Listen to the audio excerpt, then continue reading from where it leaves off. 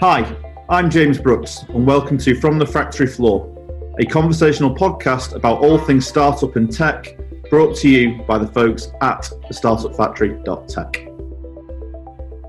So welcome to episode 11 of From the Factory Floor. This week, Ian's not managed to dodge it, so he's actually back with us. Yeah, thank you. I thought I'd done something wrong after my run in the first few episodes, and I've obviously been checking the audience figures, and I'm obviously back by popular demand. So, Well, I think we've had guys only done one or two more than you, and I think Alexa and Eric have stormed into the lead. I mean, only just behind me in terms of the number they've been on. So last week we spoke all about tech teams with Guy and Alexa and building a tech team. Before that, we've covered off with Eric and Alexa about the engineering process. So today we're actually just going to cover off the Agile process, which is far more my gig and yours than tech, I think.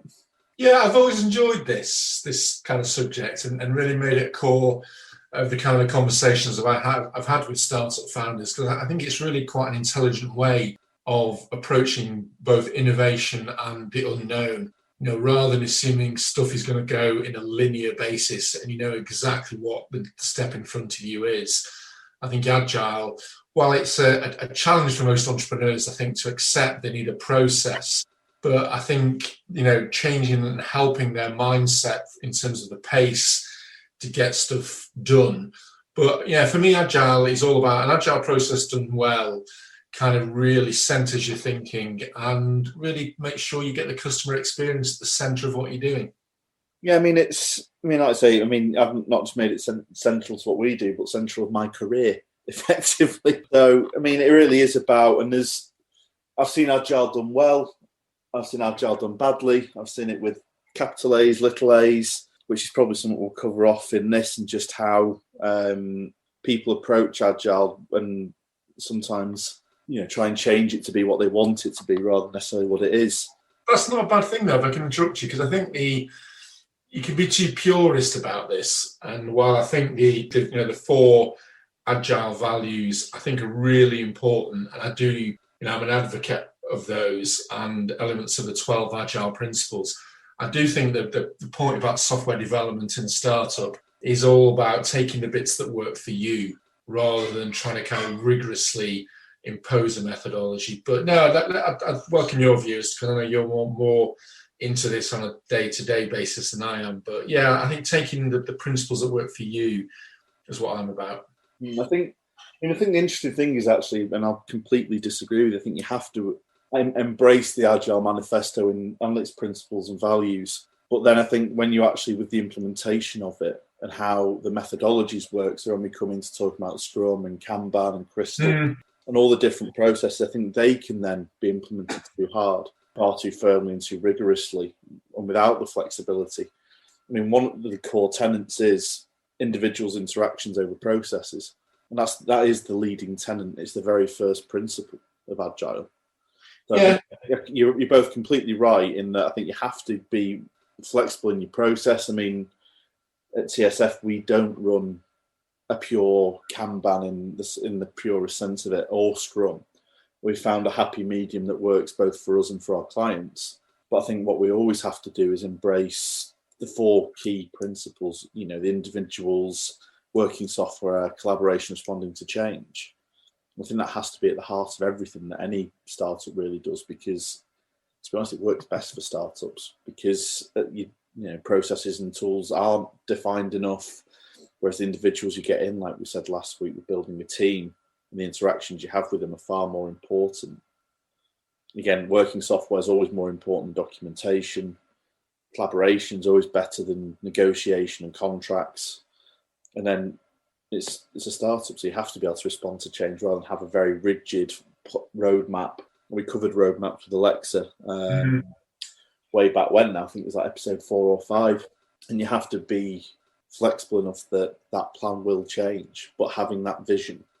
It's like knowing you want to go drive. Are you going to let me join in here, or is this kind of... I'm having a rant. I've wanted to have this rant for years. Joe Biden, Donald Trump kind of ongoing discussion. Get off your soapbox. No, I appreciate it. Get on it. I appreciate what you're saying, and I do think those 4 agile values are important. I've always liked the individuals and interactions over processes and tools as a principle. I think the intimacy of how we work with founders and that energy and collaboration you need in a startup team. And I think what you can distill that down to really is kind of the nimble and interactive and iterative nature of Agile, how it prioritizes tasks. I mean, the old way of doing things in project management and project delivery there's a linear sequence of stuff to be done. So yeah, I'm totally on board with it. I think it is just made for startups, and it's as much about the mentality as well as the practice. Some of the definition of done was always one of those things that I loved. Just has an elegance of simplicity, but a real meaning that everyone can understand.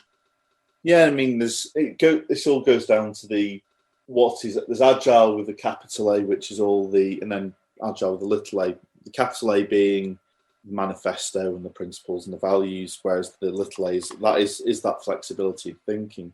I think when you look at a process, I mean, we've got the startup sprint, which came from a design sprint, and we were flexible enough and introspective enough to actually, introspective/retrospective, to actually look back at what we were doing with the design sprint and realizing that we could do better. And that goes back to what you were saying about that almost it's everything. It revolves around iterations, getting something that works, and then improving it, cycle. And just tell me a little bit here in terms of your role then, because when we have, a founder comes into us, has a cup of tea with us, and we talk them through what we do and how we work. I think a couple of things are really worth just unpacking on with this podcast. That's kind of the user stories and story points. So just kind of reflect and tell me a little bit more about how you go about unpacking those with founders who may not be aware of or familiar with Agile.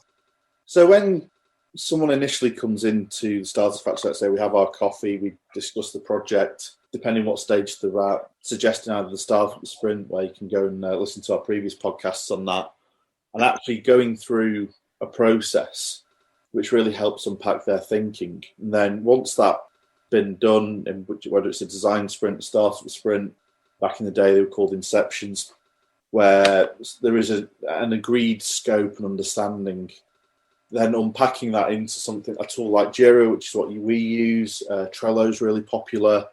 Back in the day, use Yodis. Monday is another one. There's so many tools. And almost capturing at a really high level the tickets or things to be done, almost just that list, prioritising that. Now, you mentioned about story points and estimation. Now, in previous lives, sort of put quite a lot of effort into estimation, and what we found is that estimation is actually rather useless. So it's almost going back to that last principle, which is responding to change or over a plan.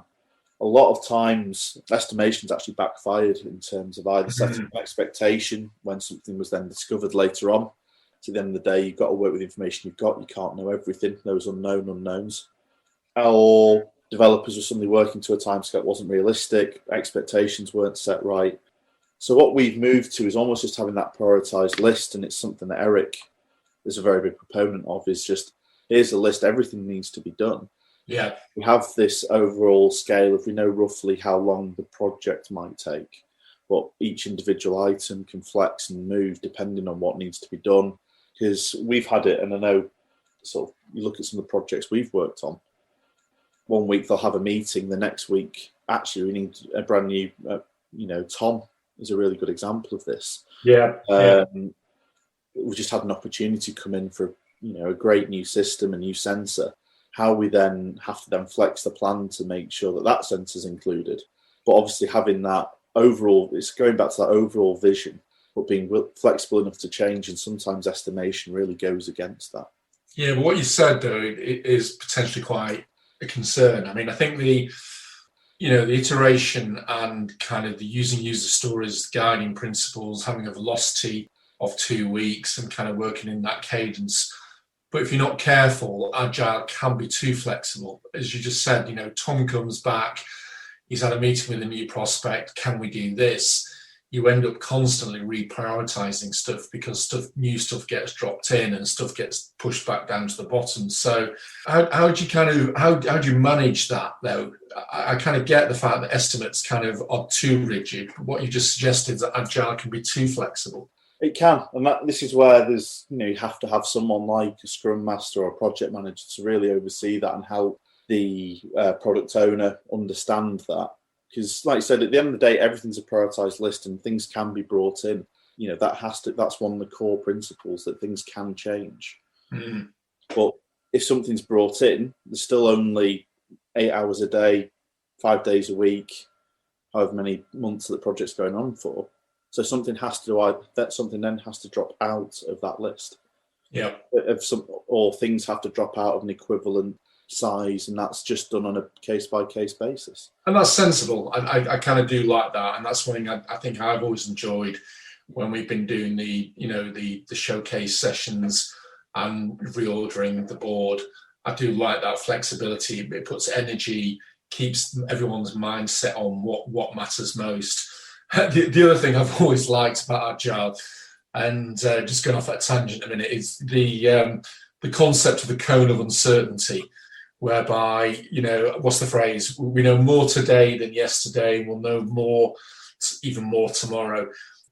Every time I see a dog with one of those cones of shame on that come out of the vets, I always think about cone of uncertainty for some reason. You watched up to know if it But again, there are certain phrases and concepts in Agile that I think are really helpful to ground your thinking, but also give you that energy and kind of elevate you. But fundamentally, it's about the people, it's about the interaction, it's about how the team reflect on what they've done, how to become more effective, retune, adjust. I think simplicity, focusing maximum on what can be done, not what is essential now, but kind of in that overall journey. So, yeah, and also I think it really does promote and secure the kind of relationship and engagement between the tech team and non-tech people, because the concepts are common sense and clear. I mean, that's one of the things that I think it's, from my experience at least, it's a common misconception about tools like Jira that it's for the developers. And it's really not. It's actually for the project managers, and it's for the product owners. So when the product owner sees a ticket in the Jira board and they don't understand it, then there's something fundamentally wrong and that should change. Because at the end of the day, developers just need if we wrote down a list on a whiteboard and they crossed it off as they went, that's what developers would do. They know what they're doing, and they've got the expertise to do that. So it is really about having the tools to help enable a founder or a client to be able to look at and understand what's going on to a level where they can make a decision, at least a relatively informed decision. Yeah. What priorities need to go in. And going back to our previous point, it really is, like I say, it's the collaboration aspect.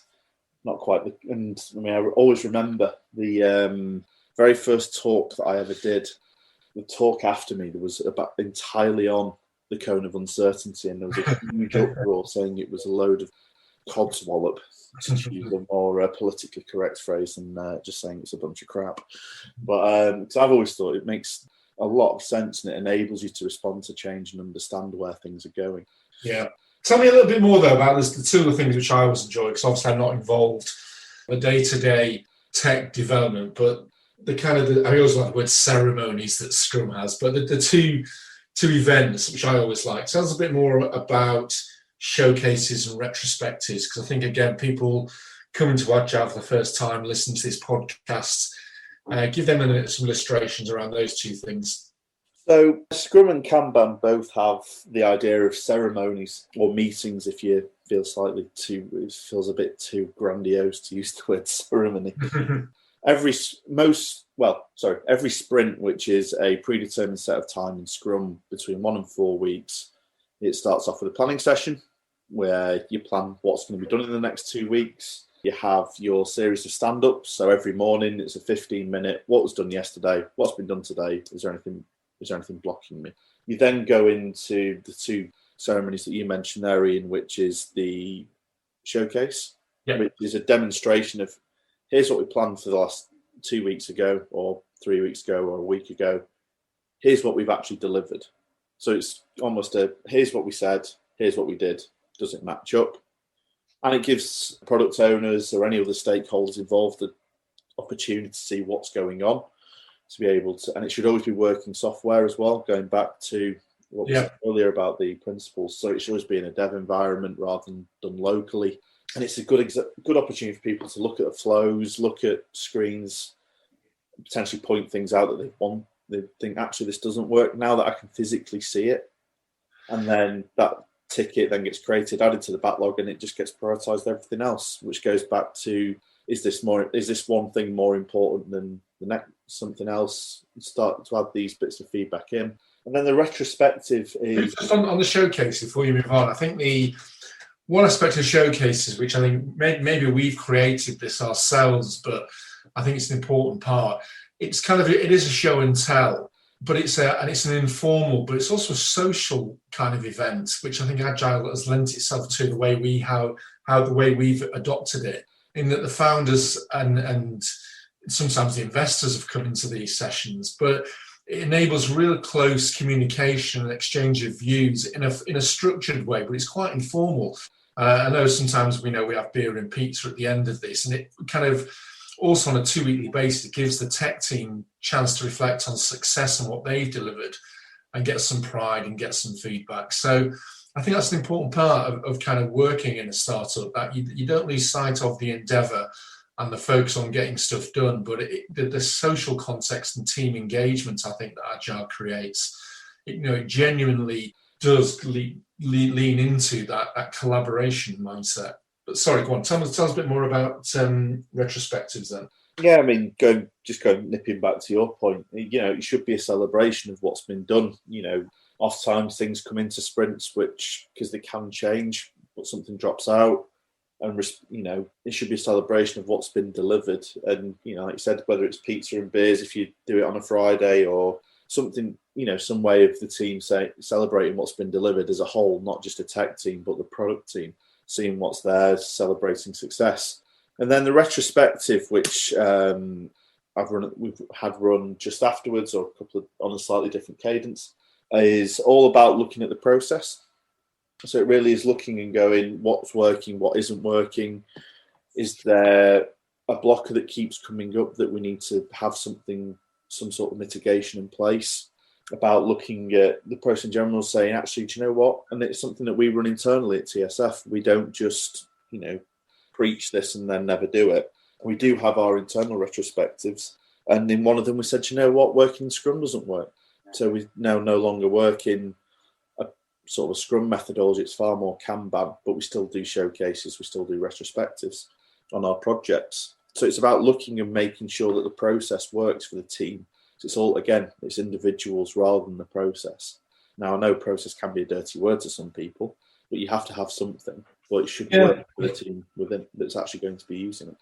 Yeah, and I think this is again a key point that, back to what I said about you can't force fit something that isn't working. I think the concept of sprints is really useful. But then, like I say, Kanban really just reinterprets that in a slightly different way. But we're still into this kind of lean startup thinking, aren't we? Of, build, test, measure, learn, and iterate. And again, I think providing you've got clear communication and transparency on the activity and the productivity, then whatever label you put on it, it's just a way of working, really. Well, yeah, I mean, any process is just a way of working. It's what works for the team, whether that structured 2 weeks of here's what we're going to deliver in 2 weeks' time, here's what we're going to showcase, versus a far more flexible Kanban approach, which allows teams to basically just work through a prioritized backlog and almost not run a sprint, but have that sort of sprint process per ticket. Looking at, examples of maybe a particular flow. In a Kanban flow, you'd break that down into things, you deliver it, and then once that's delivered in the way that needs to be, is then when you showcase that, just tick it on its own. It's more flexible, and we found it worked better for startups just with how regularly things changed, rather than having a predefined 2 weeks and then the scope changed flexibly within it anyway, because there was no point in doing that 2 week planning session. Yeah, I've noticed that with Eric, and Eric has converted me, I must admit, in terms of his advocacy of Kanban. in terms of giving him great, him and the dev team great flexibility in terms of what they can pick up and what we can do over the next 2 weeks, rather than trying to artificially work to some estimates, which, are guesstimates really. So no, I kind of get it. It still leads back to the kind of product backlog, looking at that whole daily work, what can we get done, the stand-ups, incremental forward movement, and the showcases. Now, I really like the showcases because I do think it's important that the tech guys get recognition for what they've done, and people underestimate really what endeavour and effort goes in. So I guess at the end of the process, it's all about then the handover. So just tell us a bit about any good or bad stories on handovers. I've got many of both. I've seen handovers that suffered almost from a more commercial aspect of people almost trying their hand, almost saying, well, if we finish this, then I'll do that final invoice. Because at the end of the day, once you do that last showcase, you're all almost saying, is there any reason now not to sign that final invoice off? But we've seen it where, we've had some really good collaborations, gone through the process, delivered something, the documentation that's been needed. So obviously, one of the things we've said is working software is more important than documentation. For the developers who are listening, that doesn't mean the documentation is not important. I was going to say, yeah. Software is more important. But we've delivered that. The software has been delivered. The documentation has been required. And then move into that, what's the next phase? Because like we've said, everything is iterative. It's all about build, measure, learn that, and then iterate upon that. So here's your working version, whether it's a POC, an MVP, and all the different terms people like to use, which oftentimes they mean the same thing, even though I think there are slight nuances. And it's like, well, what's next? Go test it, helping that potentially, and then coming back and then looking at the feedback, looking at what needs to change, going through that iteration. So it's almost that definition of done technically is quite funny, is that, a product is never done. There's always something that can be improved, something that can be worked on, feedback that can be actioned. So, but I have also seen some handovers that have gone really well, like that, where it's been like that, and like some have gone not so well.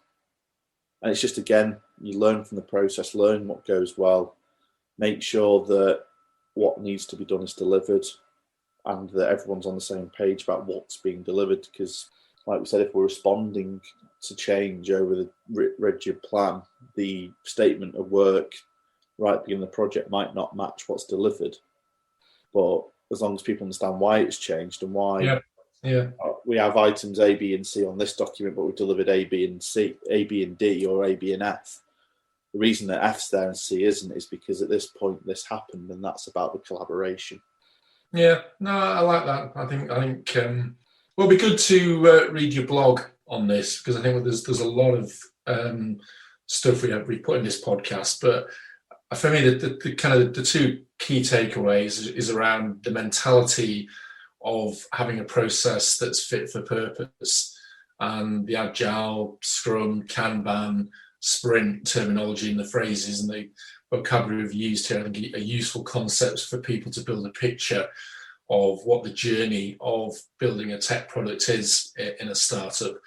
And also, I think what it really gives is that, back to one of those first principles around individuals' interaction. It brings transparency to the whole process, drawing that cycle where previously building software was a bit of a dark art and it was a big hurrah at the end of it. Is this showcase and this iteration and retrospectives is just a much more intelligent way of doing it, and sharing progress and changing the way forward as you go along it. So good. Well, I hope you've enjoyed your time on your soapbox there, James.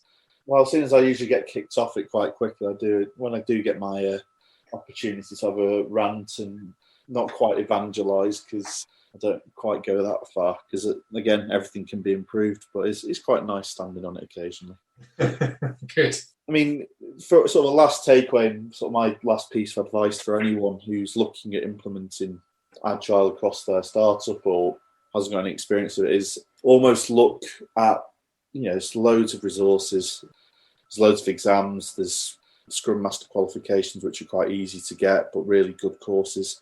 Almost start with that more rigid process, and then as you get more experienced and do your retrospectives is when you start to flex and really develop your own process, which really then leads into your culture, which is my nice little segue into what we're covering next week. And having that process that, you know, can start to be your own process, which becomes part of your company culture, part of your team culture, and that openness, visibility is really good thing. So yeah, thanks for letting me on my soapbox. But off now, isn't it? No worries. Thanks for that, James. Cheers, Ian. Speak to you soon.